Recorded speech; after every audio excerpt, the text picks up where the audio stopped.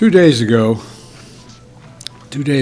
one of our fellow Americans, a little girl named Abigail, who turned 4 years old, she spent her birthday, and at least 50 days before that, held hostage by Hamas.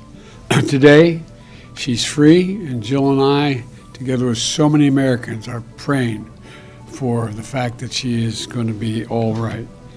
You know, she's free and she's in Israel now. And so those who are now wrapping Abigail in love and care and the supportive services she needs, she's been through a terrible trauma. You know, her mom was killed in front of her when her kibbutz was attacked by Hamas terrorists on October 7th. Abigail ran to her dad then, who then was gunned down as well, while using his body to shield little Abigail. She then ran to a neighbor for help, where they were all taken hostage. That entire house of neighbors were taken hostage by Hamas and held for 50 days. What she endured is unthinkable. Abigail was among 13 hostages released today from Gaza under the brokered and sustained, though intensive, U.S. diplomacy. She's now safely in Israel, and we continue to press and expect for additional Americans will be released as well. And we will not stop working until every hostage is returned to their loved ones. As I said when I spoke about this deal on Friday, this has been the product of a lot of hard work and weeks of personal engagement for me and my team. We have been in close contact with the leaders of Qatar, Egypt, and Israel, speaking with each one of them repeatedly over the past few weeks to help secure this deal. We spoke again yesterday with the Emir of Qatar, I owe special thanks to, in order to keep the hostage release on track and push for Abigail to be part of this release. And I'll be speaking again shortly with Prime Minister Benjamin Netanyahu, and we will continue to remain personally engaged to see that this deal is fully implemented and work to extend the deal as well. For weeks, I've been advocating a pause in the fighting for two purposes: to increase the assistance getting into the Gaza civilians who need help, and to facilitate release of hostages.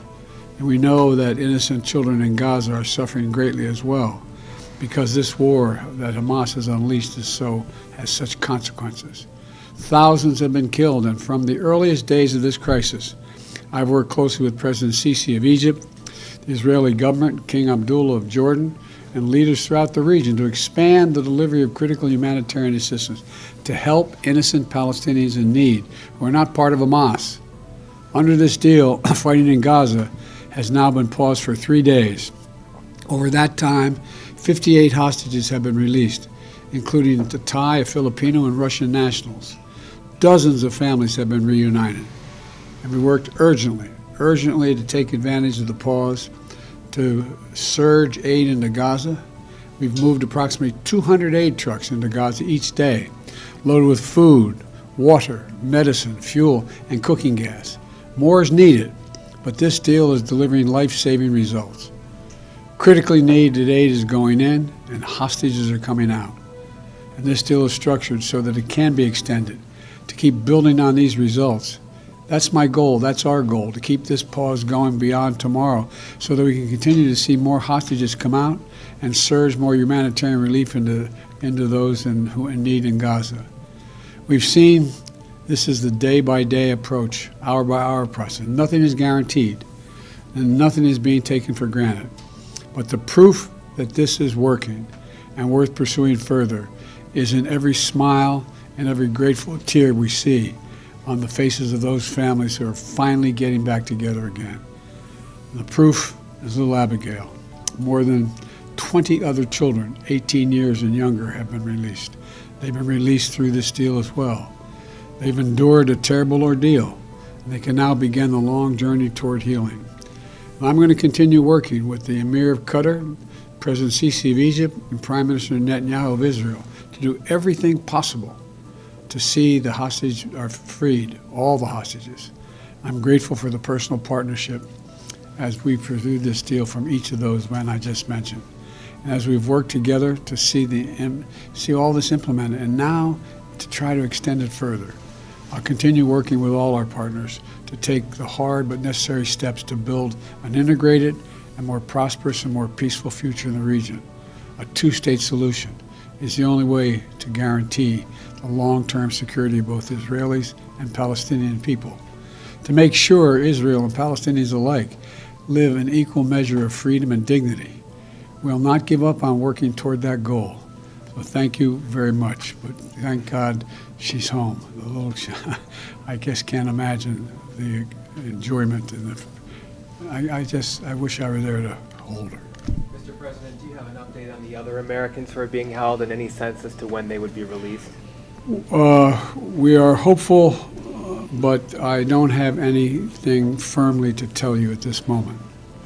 Sir, do you expect that if you are able to use this momentum to extend the pause, have you extracted any guarantees about proof of life for other hostages, or do you have an expectation of how much longer you could push this pause?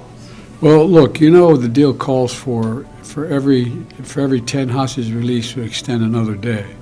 So I'm hopeful this is not the end. It's going to continue, but we don't know. And but I get a sense that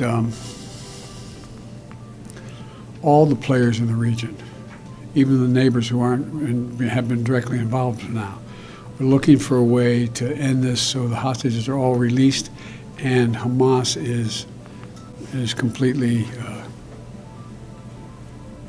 how can I say it, no longer in control of any portion of Gaza. And do they have control of all of the hostages, or are there still other militant groups that you have to deal with? We think there are probably other militant groups, but we're not certain.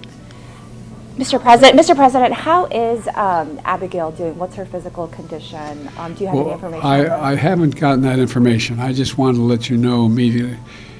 They were going across into Egypt, as you recall. That was the route. But an older, non-American, elderly woman is very sick and was in need of immediate medical help.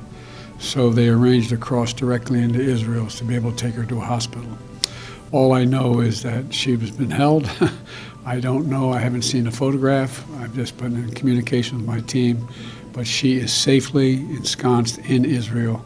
But there's a lot more work to be done. How many days would you like to see the pause go on for?